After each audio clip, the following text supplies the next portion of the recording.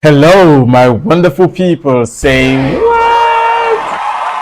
Welcome back once again.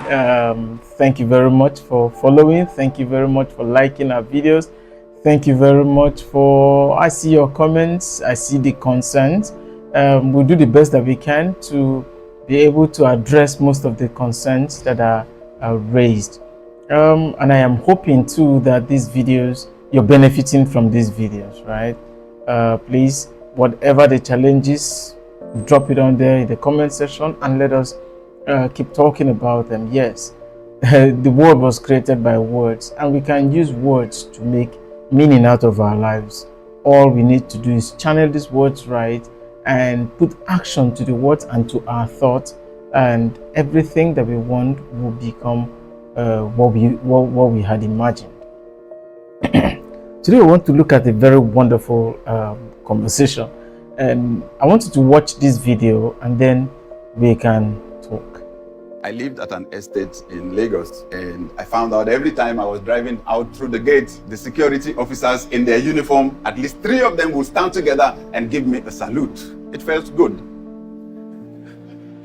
And then there was this day, we had the small car in the house that was used for school runs. So I decided to drive that car. As I was approaching the gate, I noticed that those guys were chatting. I slowed down, believing that at least when they looked into the car and saw who was there, that I would still get my salute. They did not even look inside the car. I knew that day I was never the one they were saluting. It was the car. Our people like to worship. We worship wealth, we worship power. You know, that's the person we respect. I'm calling us as the leaders in the body of Christ. It's time to create a change. Is that okay?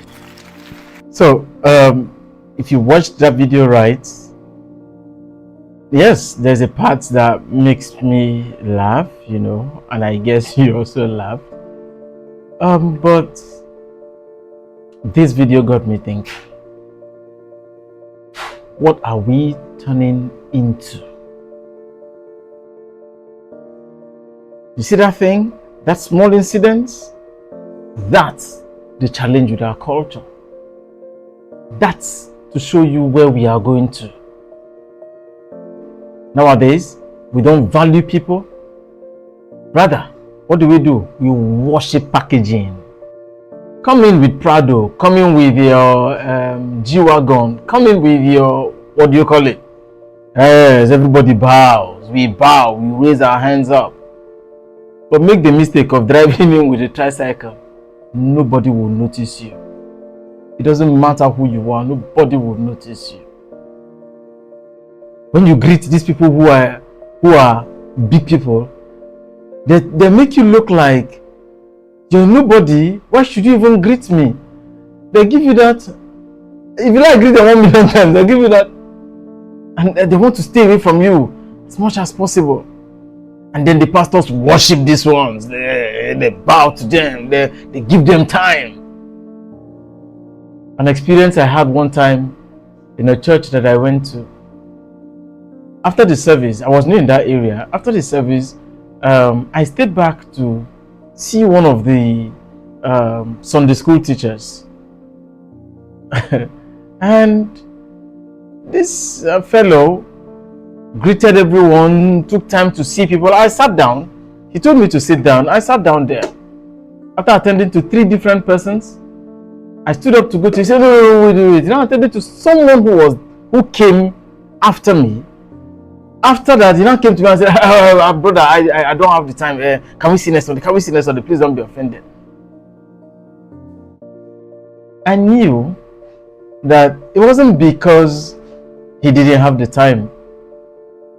It was because he looked at me and weighed me and felt, it happens. Some seats are particularly reserved for the rich. Politicians get standing ovation, and the poor man walks in and is invincible. How does that sit right with us? How does that sit right with us as a people? And we don't have issues. You might think I have issues with giving honor to whom honor is due. No. setting our priorities wrongly. That's my issue. All right, that's my issue. I don't have issues with. I would, of course, see somebody who is in affluence and greet the person rightly, you know. But of course, if I see Mama, I should greet Mama or Papa who doesn't have anything to offer me. Do you understand my point? I don't have issues with the money, whether you have the money or don't have the money. But I'm saying that we should treat people evenly. Yes, I know that you would want to argue with me and say, how do you want to treat everybody the same? How do you want to treat everybody evenly?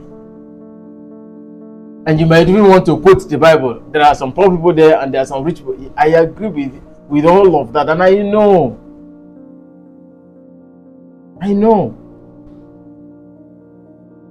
But that same Bible says that we should treat our neighbor. That neighbor, did it say rich neighbor or poor neighbor? See, we should treat that person the way we want to be treated. Do you understand now? It doesn't mean treat the rich neighbor better or treat the poor neighbor poorly or better. No disparity in honoring people. We don't salute dignity anymore. We salute dear, steez, you know. And that's why we are so easily deceived by the Instagram dear, steez. And what is this doing? It is killing the soul of our society. We need to turn a new leaf. It's a call to everyone in Africa, whether pastors, or whether content creators, or whether politicians. Use your platforms to teach better values. Values that will enrich our society. We must take away that part where we reward the rich and the popular and treat with disdain the one who doesn't have money. The tag is money. You that is watching me right now, be honest to yourself. Have you ever treated someone differently based on how they are dressed? Just be honest to yourself. Have you ever gotten to that space where you treat people differently simply because they came packaged? Answer that question for yourself. Or have you ever been in that space where you are the one who is looked down on simply because of the way you looked? In my opinion, respect should never come with a price tag. Because in the end, everyone matters.